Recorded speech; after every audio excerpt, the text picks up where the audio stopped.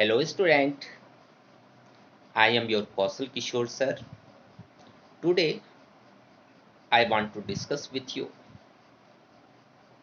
standard 7 history portion chapter 10 the rise of a small kingdom in North India. Dear student, before I am going to discuss with you, I want to explain the map of India during that time.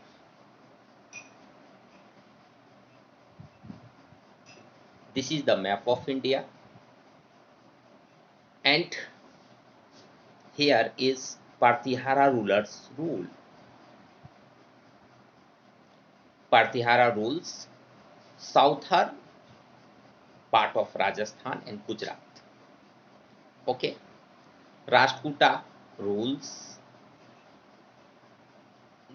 northern part of Deccan, and Palas ruled Bihar and Bengal region.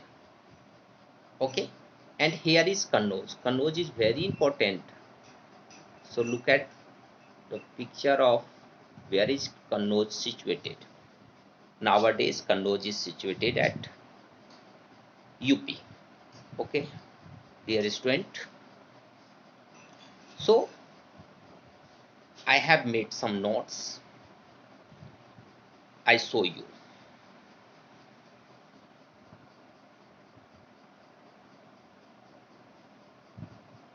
Yes. Harshvardhana. He was the last great ruler of ancient India. After his death, the whole empire disintegrated into many small kingdoms. When was Harshvardhana died?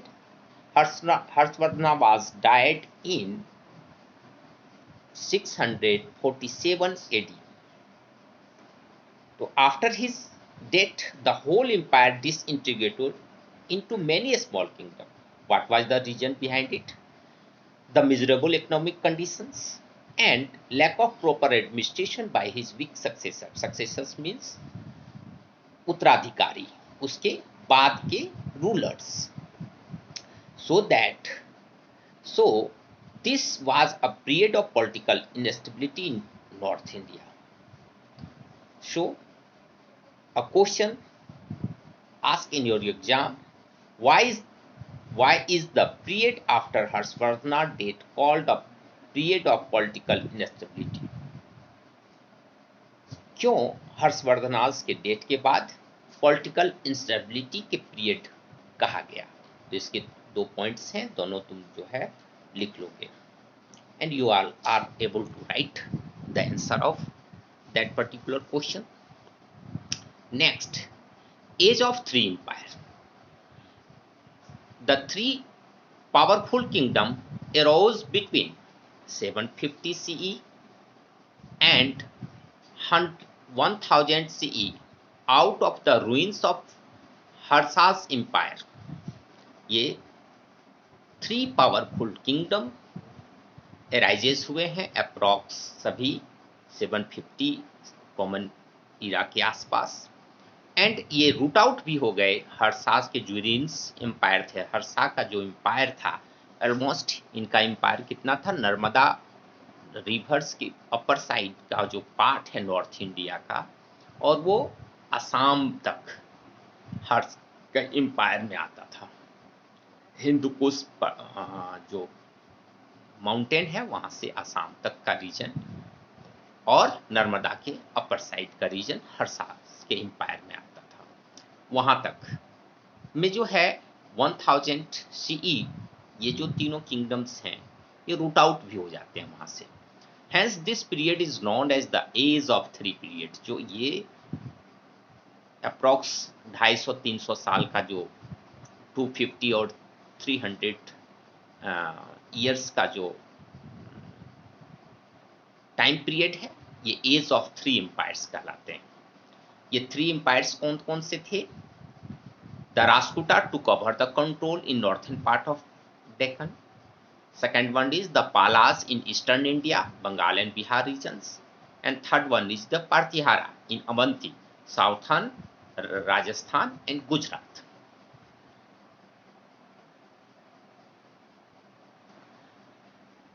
So, Rashtrakuta.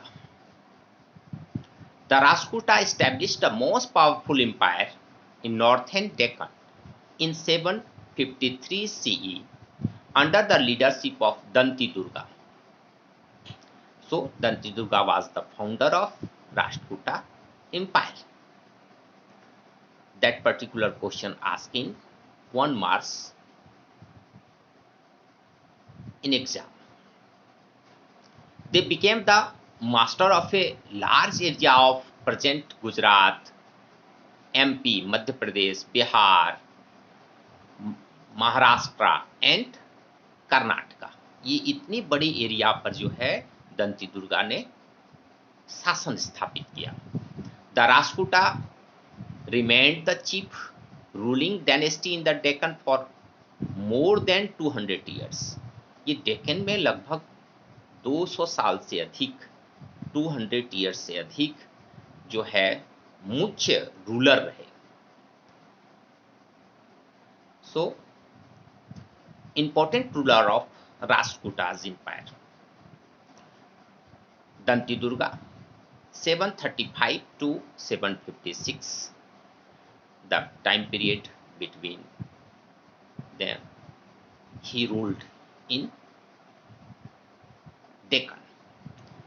He was the founder of Rashtrakuta dynasty. He conquered Kalinga, Osla, Kanchi, Malwas, etc. He occupied Maharashtra by defeating Chalukya king of Bengi. बच्चों, चालुक्यास के 3 अलग-अलग क्षेत्र थे। तो Chalukyas king of बेंगी and ruler name is Kirtivarman. Kirtivarman को ये defeat करके ये जो है महाराष्ट्र प्रोविंस को अपने अंदर में लाए थे दंती दुर्ग। ही बिल्ट दशावतारा केव एट अलोरा। ठीक है, ये दशावतारा केव भी बनाए हैं अलोरा में। मैं डिटेल्स आपको सारे इंपॉर्टेंट रूलर्स जो हैं राष्ट्रकूटास के मैं दे देता हूं, मैं बताता हूं, क्योंकि आपकी बुक में थोड़ा सा दिया हुआ है, लेकिन आपको डिटेल्स तो जानना होगा। क्योंकि आप अगर डिटेल्स नहीं जानेंगे तो आपको पता ही नहीं चलेगा कि ये इंपॉर्टेंट रूलर्स क्यों हैं राष्ट्रकूटास के।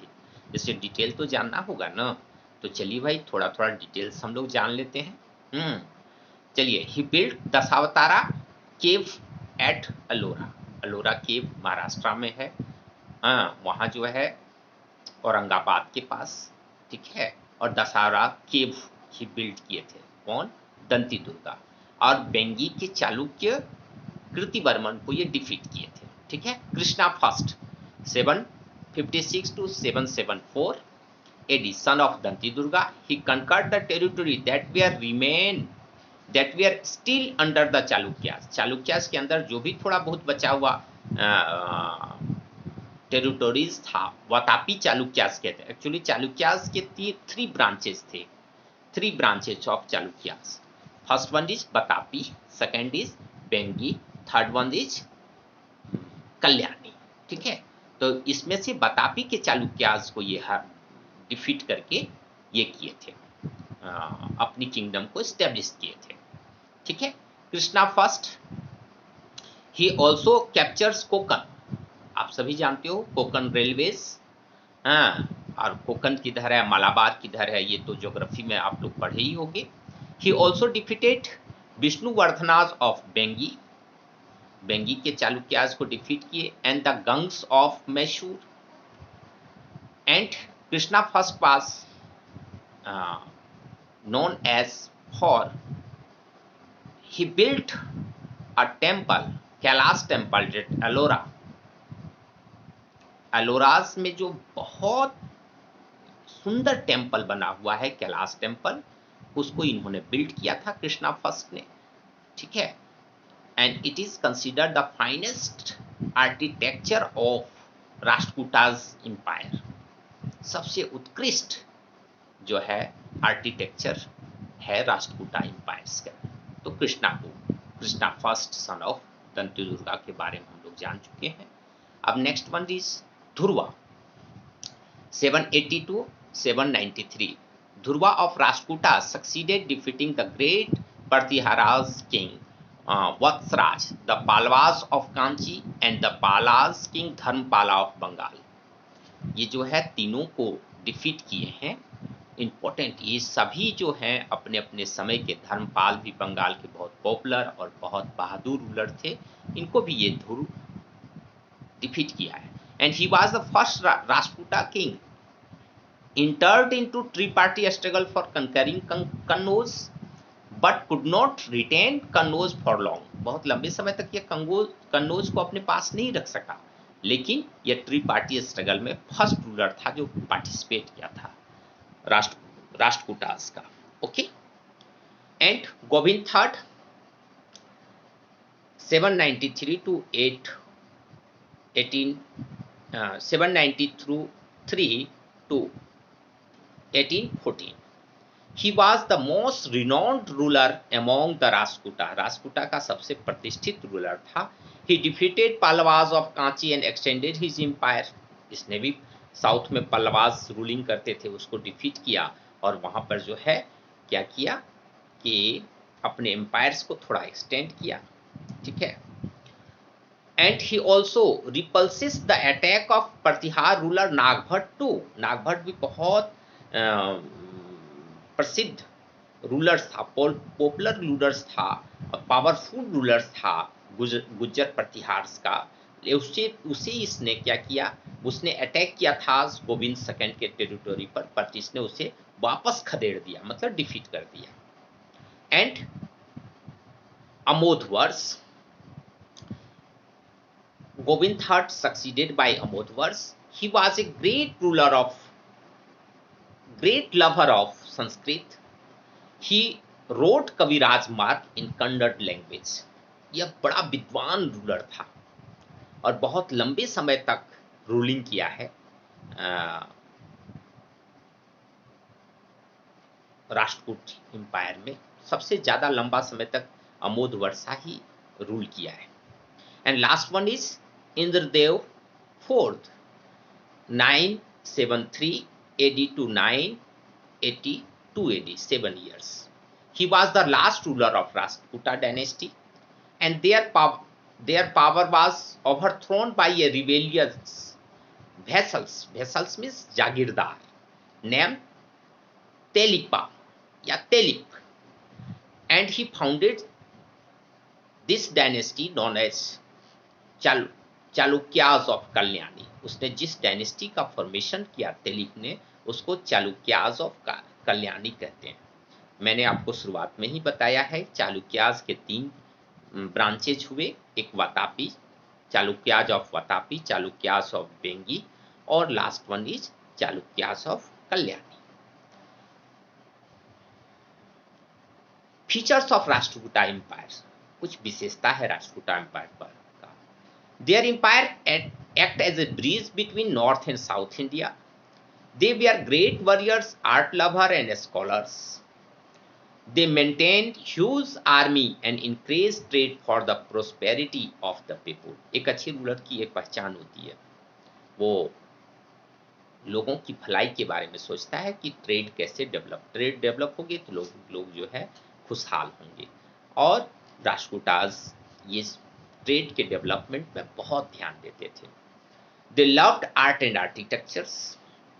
कैलाश टेम्पल ऑफ अलोरास आज भी प्रेजेंट है हम लोगों के बीच, और हम लोग जब उस टेम्पल को देखेंगे तो आपको पता चलेगा कि कितनी फाइन आर्किटेक्चर वहाँ है, कितनी उत्कृष्ट उदाहरण है राष्ट्रकूटाज एम्पायर का। Their rule saw the flourishing of regional literature, regional languages like Kannada and Marathis। Rashtrakutas followed Jainism but also patronized Buddhists, Hindus and Muslims। ये दूसरे सभी धर्मों को जो है प्रोत्साहन देते थे और पैट्रोनाइज करते थे। ठीक है, स्पॉन्सर्स करते थे कि तुम भी फॉलो, ठीक है, हम भले ही जैनिज्म को फॉलो करते हैं और कुछ राष्ट्रकूटास के रूलर हिंदुज्म को भी फॉलो करते थे, बाद के राष्ट्रकूटास के जो रूलर्स हुए। सो एक क्वेश्चन आपके, very very important question for you, mention any 5 important features of the Rashtrakutas empire. 5 important features Rashtrakutas empire का बताइए, ठीक है।